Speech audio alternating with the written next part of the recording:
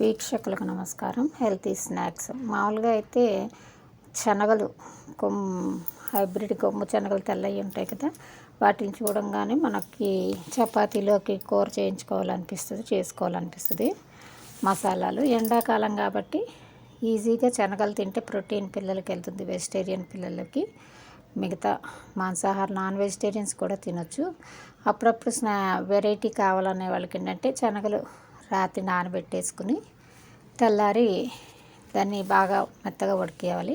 ఉడికిన తర్వాత ఆ ఉడికిన శనగల్ని కొద్దిగా నూనె వేపుకుని నూనెలో దాని మీద ఉప్పు, కొద్దిగా కారము, నచ్చితే ఇంకేదైనా ఆమ్చూర్ పౌడరు లేకపోతే మసాలా పౌడర్స్ ఇవన్నీ ఉంటాయి కదా, వాటిని నచ్చితే వేసుకోండి, లేకపోతే లేదు. మేమైతే నూనెలో కొద్దిగా ఉడికించింది నూనెలో వేపి దాంట్లో జస్ట్ కొద్దిగా ఉప్పు కారం వేసుకుని కలుపుకున్నాం అనమాట. కలుపుకుని అలా స్నాక్ బైట్స్ అలా తింటూ ఉంటే హెల్త్కి మంచిది. ఆయిల్ తక్కువగా అవుతుంది. మసాలాలు అవి ఎందుకంటే ఎండాకాలం మనం చపాతీలు అయితే తినలేము, ఒంటికి వేడి చేస్తుందని.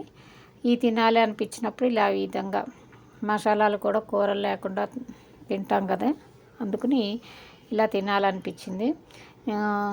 షుగర్ పేషెంట్లు వీళ్ళకి కూడా ఇది ఓన్లీ ప్రోటీన్ ఉంటుంది కాబట్టి హెల్త్కి మంచిది. అయితే పెద్దవాళ్ళు ఈ తిన్న తర్వాత గ్యాస్ వచ్చే ప్రమాదం ఉంటుంది కాబట్టి కొద్దిగా అటు ఇటు నడవడం, గ్యాస్ ప్రాబ్లం ఉన్నవాళ్ళు జాగ్రత్తగా పగలు తింటే రాత్రిళ్ళు పడుకునే ముందు తినకుండా ఉండాలి. మిగతా వాళ్ళు షుగర్ ఉంది అనుకుంటే ఈవినింగ్ 6-7 మధ్య తినేసి కొద్దిగా వాకింగ్ చేసేస్తే సరిపోతుంది. పొట్ట నిండుగా ఉంటుంది పడుకునే టైంకి. గ్యాస్ ప్రాబ్లం ఉన్న వాళ్ళు అయితే పగలు తినండి. తిన్న తర్వాత తప్పకుండా వాకింగ్ చేయండి. ఎక్కువగా నీళ్ళు కూడా తీసుకోవాలి. అంటే తిన్న వెంటనే నీళ్ళు తాగకుండా ఒక అరగంట గంట అయినాక ఎక్కువగా నీళ్ళు తీసుకోవడం, వాకింగ్ చేయడం చేస్తే పోతుంది. గ్యాస్ ప్రాబ్లం కూడా తగ్గుతుంది.